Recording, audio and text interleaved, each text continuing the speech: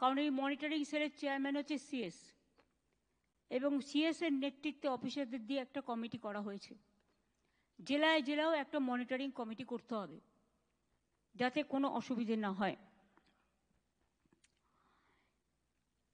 ডিএমরা মূল দায়িত্বে থাকবেন, ডিএমদের একটু চোখ কান খোলা রাখতে হবে। অনেক সময় আমি দেখছি ডিএমরা দায়িত্ব দিয়ে দিচ্ছে নিচের কাউকে, তারা কিন্তু খেয়াল রাখছে না। এই যে পশ্চিমবাংলা থেকে প্রায় 1000 লোককে নিয়ে গেছে ট্রেনিং করবার জন্য দিল্লিতে, আমি জানতামই না। এটা ডিএমদের উচিত ছিল অ্যাটলিস্ট আমাদের ইনফর্ম করা, আমাকে না করুক সিএসকে ইনফর্ম করা। আপনারা বিএলও যেসব লিস্ট টিস্ট করেছেন, বিএলওদের কাছে আমার অনুরোধ থাকবে ভোটার লিস্ট থেকে কারো নাম যেন বাদ না যায় সেটা দেখার। মনে রাখবেন ইলেকশন কমিশন তার নোটিফিকেশন যখন হবে ডেট অফ ইলেকশন, তখন থেকে এটা ইলেকশন কমিশনের আন্ডারে যায়। তার আগে স্টেট গভর্নমেন্ট, আবার ইলেকশনের পরেও স্টেট গভর্নমেন্ট। সুতরাং এটা মনে রাখবেন, আপনারা চাকরি করেন স্টেট গভর্নমেন্টের, কোনো মানুষকে অযথা হ্যারাস করবেন না। যদিও আজকে কেস আছে বলে ডিটেলস আমি বলছি না, দেখবেন যেন মানুষ হ্যারাস না হয়। যারা দীর্ঘদিন এই রাজ্যের ভোটার, একটা লোক 4 দিন গিয়ে এলো, 4 দিন গেল, তখন হয়তো সেটা কোথাও ঘুরতে গেছে, তাই বলে আপনি তার নামটা বাদ দিয়ে দেবেন? আপনাকে দেখতে হবে তার অরিজিনাল অস্তিত্ব আছে কিনা। আপনারা তো দেখছেন চারিদিকে যারা বাংলা ভাষায় কথা বলছে অত্যাচার হচ্ছে। আসাম সব ডিটেনশন ক্যাম্প, আসাম গভর্নমেন্ট চিঠি পাঠাচ্ছে বাংলার কুচবিহার আলিপুরদুয়ারকে রাজবংশীদের, যে তোমাকে ফরেন ট্রিব্যুনালসে ইল্লিগাল ঘোষণা করা হচ্ছে। সাহস হয় কোত্থেকে? এই মানুষগুলোর পাশে আমাদের দাঁড়াতে হবে। 2, আমাদের 22 লাখ পরিযায়ী শ্রমিক আছে। আমি সাবিরুলকে বলবো, ও যেহেতু এই কমিটির চেয়ারম্যান আছে আর মলয় আছে, দুজনে মিলে বসে সিএস এর সাথে কাল পরশুই বসে একটা স্কিম তৈরি করো, ওদের ফিরিয়ে আনো। আমার দরকার নেই বাংলার বাইরে গিয়ে কিছু দালালের কথা শুনে যখন অত্যাচার হয় তখন তারা থাকে না, পালিয়ে যায়। বাচ্চাদের পর্যন্ত অত্যাচার থেকে রেহাই দেয়নি, মহিলাদেরও না। গুরগাঁওতে হরিয়ানায় 10টা ডিটেনশন ক্যাম্প করে লোক রেখে দিয়েছে। আসাম, রাজস্থান, মধ্যপ্রদেশ, ইউপি, দিল্লি, গুজরাট, মহারাষ্ট্রে একজনকে কাগজে দেখলাম কুচি কুচি করে খুন করেছে, করে বস্তার মধ্যে রেখে দিয়েছে। এটা কখনো মানা যায় না। রাজবংশীদের উপর অত্যাচার হচ্ছে, মতুয়াদের উপর হচ্ছে, তপশিলি নিম্ন শীল পরিবার তাকেও চিঠি দিয়েছে। সংখ্যালঘুরা তো আছেই, এটা ওদের আইডেন্টিফাইড ব্যাটল। কিন্তু মনে রাখবেন লিঙ্গুইস্টিক মাইনরিটির মধ্যে সংখ্যালঘু যেমন পড়ে, খ্রিস্টানও পড়ে, পাঞ্জাবিও পড়ে, আমাদের এখানে অন্যান্যরাও পড়ে, বুদ্ধিস্টরাও পড়ে, নেপালিরাও পড়ে। এটা মাথায় রাখতে হবে। দলিত এবং তপশিলীদের ওপর খুব অত্যাচার হচ্ছে।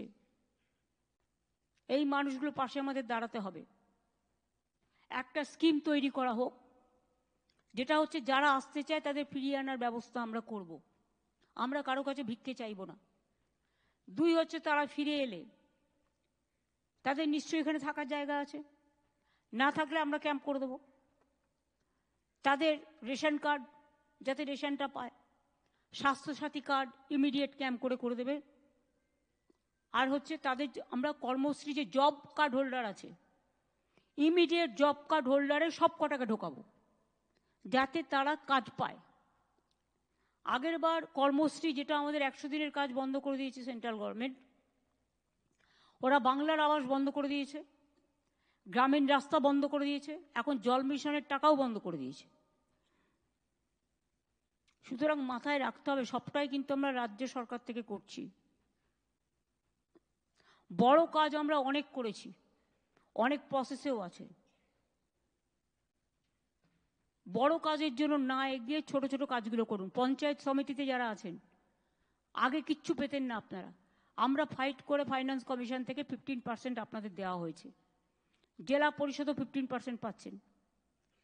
লোকাল কাজগুলো আপনারা করুন, বড় বড় কাজগুলো তো গভর্নমেন্ট করে। আপনি খরচা করুন লোকাল এরিয়ায়, বিল্ডিং বেশি বানাবেন না, রাস্তা করুন, আলো করুন, জল করুন। যে স্কুলটার ছাদ দিয়ে জল পড়ছে সেই ছাদটা সারান। আইসিডিএস সেন্টার যদি জল পড়ে থাকে সেইটাকে দেখুন। এগুলোকে আমরা আমাদের পাড়া আমাদের সমাধানেও ঢুকিয়েছি, এগুলোকে দেখে নিতে হবে ভালো করে। আমি যেটা 25-26 সালের 31শে ডিসেম্বর মধ্যে সব স্কিম যা আমরা অ্যানাউন্স করেছি শেষ করতে হবে। এখন বর্ষাকাল, এখন গাছ পোতা ছাড়া অন্য কাজ হয় না, ইরিগেশনের কাজ ছাড়া।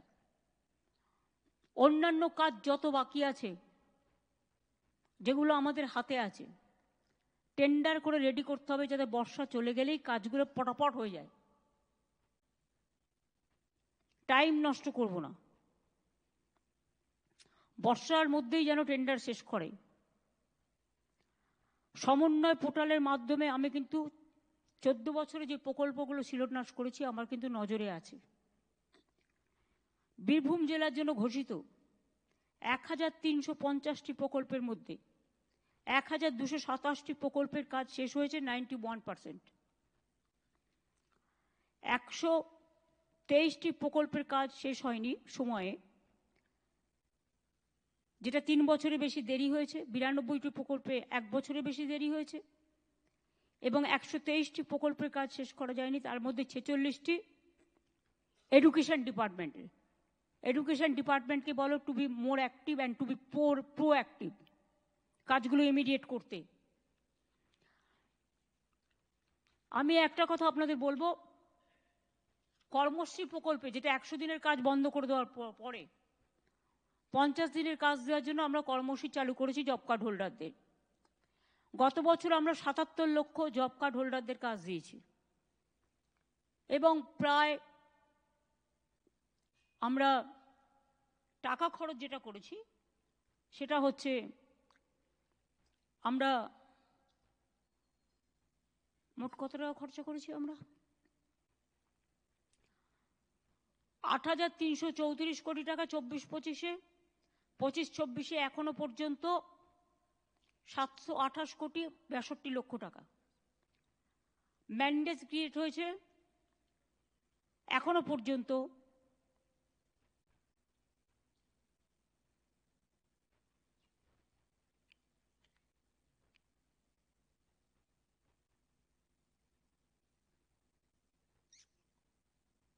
এটা তো কয়েকটা কোটি, এটা তো কত কোটি কোটি হয়েছে।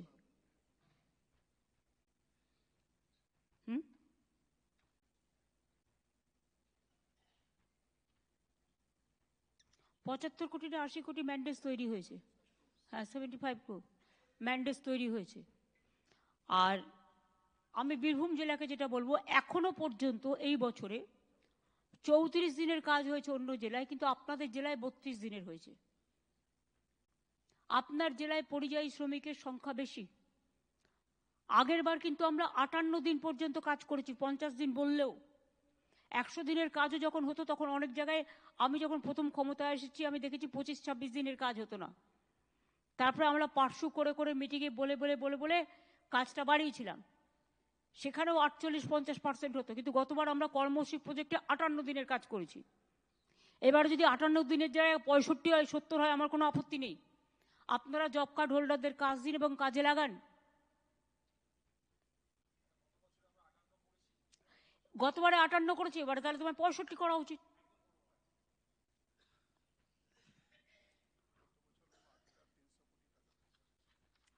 গত বছর আমরা 8,300 কোটি টাকার জন্য খরচ করেছি কর্মশ্রী শুধু। বাড়ির জন্য আমরা প্রায় 14,000 কোটি টাকা অলরেডি খরচ করেছি নিজস্ব টাকায়। তার মধ্যে বীরভূম জেলায় পেয়েছে 620 কোটি 50 লক্ষ টাকা। দ্বিতীয় কিস্তি 16 লক্ষ পরিবারের প্রথম কিস্তি পেয়ে যাবে ডিসেম্বরে, আর সেকেন্ড ফেজ পেয়ে যাবে, প্রথম ফেজ পাবে ডিসেম্বরে, আর সেকেন্ড ফেজ পাবে মে মাসে। তাহলে 28 লক্ষ হয়ে গেল। এরপরে যেটা বাকি থাকবে, লোকের কমপ্লেন থাকবে, দুয়ারে সরকারও সাথে সাথে হবে। আমার সমাধান। যারা মনে করবেন তারা সেখানে যাবেন, গিয়ে তাদের সাজেশনও দেবেন, বাট দেখবেন লোকাল মানুষ যেটা বলছে সেটা শুনবেন। কেউ যেন গিয়ে কোনো হট্টগোল করতে না পারে। যারা হট্টগোল করবে তাদের আগে থেকে বলে দেবেন, দয়া করে ঝামেলা সৃষ্টিকারীরা আসবেন না, মানুষের কাজ করতে দিন।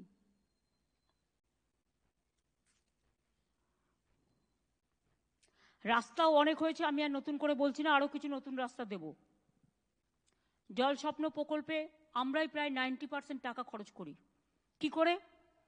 অঙ্কটা দেখায় আমরা 60, ওরা 40, কিন্তু ল্যান্ড দিতে হয় আমাদের। পাইপের টাকাটা যদি ধরেন, যেখান দিয়ে যাচ্ছে, ল্যান্ডের টাকাটা যদি ধরেন, মেনটেনেন্স খরচ ধরেন, তাহলে দেখবেন 90% টাকা আমাদের দিতে হচ্ছে। তা সত্ত্বেও এরা জল মিশনের টাকা বন্ধ করে দিয়েছে। এখানে কি এসছে? হ্যাঁ, আমাদের লক্ষ্যমাত্রা 1,75,00,000 পরিবার। জল পৌঁছানো হয়েছে ইতিমধ্যে 98,49,000 পরিবার। মোট ব্যয় করা হয়েছে 30,000 কোটি টাকা। এবার আমি একটা কথা বলবো, আমাদের রাজ্যের যে টাকাটা আমরা দিই, তোমার যেখানে পাইপ পড়ে আছে, যে কাজগুলো করা উচিত, কেন্দ্রের ওপর নির্ভর না করে, ওরা যেহেতু বন্ধ করে দিয়েছে, আমি কেন চুপচাপ থাকবো? আমার বাজেটে রাজ্যের টাকাটা যেটা ধরা আছে সেই টাকাটা খরচ করো। আর জেলা পরিষদ থেকে 5% নাও, পঞ্চায়েত সমিতি থেকেও 5% বলো খরচা করতে, এর জন্য 10% তারা লোকালি করুক, আর জলের কাজটার জন্য তারাও 5% করে খরচা করুক। এমপিরা যারা আছেন তাদের কাছেও আমার অনুরোধ থাকবে যে তারা জলের কাজটার জন্য 1 কোটি টাকা করে তারা দেবেন। ডিএমরা পিএইচই ডিপার্টমেন্টকে দেবেন, পিএইচই ঠিক করে নেবে কোথা থেকে করবে। প্লাস এমএলএরা যারা আছেন তারাও তাদের ফান্ড থেকে 10 লক্ষ টাকা করে ধার্য করবেন। তাহলে সবাই মিলেই আমরা অনেকটা এগিয়ে নিয়ে যেতে পারবো। রাজ্যের টাকার সাথে এই টাকাটা যদি যুক্ত হয় তাহলে কিন্তু আমরা অনেকটা করতে পারবো। এটা কিন্তু মাথায় রেখে ভালোভাবে করতে হবে। আগে কন্ট্রাক্টরকে টাকা দিয়ে দিল আর সে পাইপ ফেলে দিয়ে পালিয়ে গেল, জল নেই। আগে দেখতে হবে কোথায় জল পাওয়া যাবে। অনেক জায়গায় পাইপ পড়েছে যেখানে জল পাওয়া যায় না। আগে তো সয়েল টেস্ট করতে হবে। আর যেখানে যেখানে এই প্রবলেমটা আছে, হাউ টু সলভ ইট, এটা দরকার হলে কনভার্জেন্স করে করতে হবে। কিছুটা আরবানের হেল্প নিতে হবে, কিছুটা মিউনিসিপ্যালিটির হেল্প নিতে হবে, কিছুটা জেলা পরিষদের হেল্প নিতে হবে, কিছুটা ইরিগেশনের হেল্প নিতে হবে। 4-5টা ডিপার্টমেন্ট মিলে কনভার্জেন্স করে কাজটা করতে হবে। মাইনরিটিসরাও তাদের একটা ফান্ড আছে যা দিয়ে আমরা অনেক কাজ করি। ট্রাইবালদেরও একটা ফান্ড আছে, এসসিদেরও আছে, নানা রকম কমিশন আছে। এদের কাছ থেকেও একটা কনভার্জেন্স করো। মাইনরিটি ডিপার্টমেন্টকে ধরো, এসসিকে ধরো, এসটিকে ধরো, সব একসাথে কনভার্জেন্স করে এটা আমাদের করতে হবে। 2,500 কোটি এক্সট্রা দিয়েছি, কিন্তু আমার কথা হচ্ছে আমাদের টাকাগুলো দিয়ে কাজগুলো করে দাও। ল্যান্ড তো আমাদের, পাইপ তো আমাদের, মেনটেনেন্স তো আমাদের, যেটা পড়ে আছে। আর প্লাস আমি এটা সকলকে রিকোয়েস্ট করব, আমাদের জেলা পরিষদগুলো যেখানে আছে তারা 5%, পঞ্চায়েত সমিতি যারা আছে তারা 5%, তারা পিএইচই ডিপার্টমেন্টকে ডিএম এর থ্রুতে কাজটা করবে। ডিএমরা জানে, এলাকারটা ডিএমকে দিন। এমপিরা যারা আছেন এলাকার ডিএমকে দিন। তার কারণ হচ্ছে ডিএমরা জানে কোথায় এই কাজটা পড়ে আছে। যতটা পারি আমরা চেষ্টা করব, তারপরে বাদবাকি যেটা থাকবে আস্তে আস্তে করে দেবো। দেউচা পাঁচমিতে 35,000 কোটি টাকা বিনিয়োগ হচ্ছে, 1 লক্ষ মানুষের কর্মসংস্থান হবে। তাছাড়াও আশেপাশে অনেক কোল মাইন্সও হবে। আমি আমেদনগর যে জায়গাটা, আমেদপুর, যেটা আমাকে বারবার কেষ্ট বলেছিল ওই সুগার মিলের জায়গাটা, ওখানে আমরা ইন্ডাস্ট্রিয়াল পার্ক করছি। অলরেডি এমএসএমই ডিপার্টমেন্টকে ইনস্ট্রাকশন দেওয়া হয়ে গেছে। তাতে কি হবে? তাতে অনেক মানুষের কর্মসংস্থান হবে।